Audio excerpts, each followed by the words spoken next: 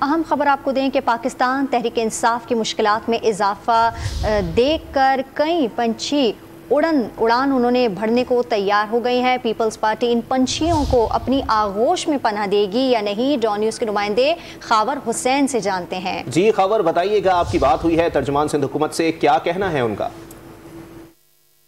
जी, पाकिस्तान तहरीक इंसाफ से रहनुमा अब मुनहरिफ होते हुए दिखाई दे रहे हैं। गुज़श्ता रोज़ महमूद मौलवी जो कि रुकने कौमी असम्बली भी थे, उन्होंने तहरीक इंसाफ छोड़ने का फैसला किया। ज़राए ये कह रहे हैं कि बाज़ रहनुमा सोच रहे हैं कि वो तहरीक इंसाफ छोड़ देंगे। इस हवाले से बैरिस्टर मुर्तज़ा वहाब हैं। सर, बताइएगा, आपकी पार्टी और आपका दिल किन रहनुमाओं के लिए खुला हुआ है? किन को दावत देंगे कि वो अगर PTI छोड़ते हैं तो आप उनको रखेंगे, और कौन से रहनुमा हैं जिन्हें नहीं रखेंगे?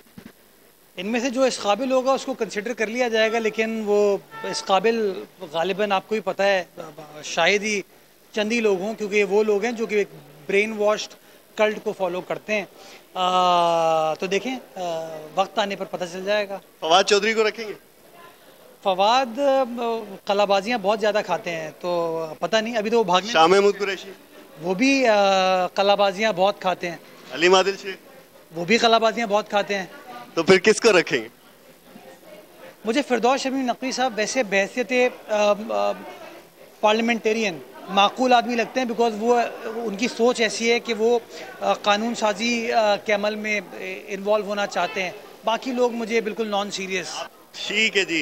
पाकिस्तान तहरीक इंसाफ से जो मुरारिफ कारकुनान रहनुमा है, अब हमने जाना पीपल्स पार्टी के रहनुमा मुर्तज़ा वहाब से कि क्या उन्हें रखेंगे, तो उनका ये कहना था कि ये शायद इस काबिल नहीं है कि उन्हें पार्टी में दावत दी जाए। ताहम फिरदौस शमीम नकवी के हवाले से उन्होंने नर्म गोशा दिखाया और उनका ये कहना था कि अगर वो आएंगे तो उन्हें वो वेलकम कहेंगे पार्टी में।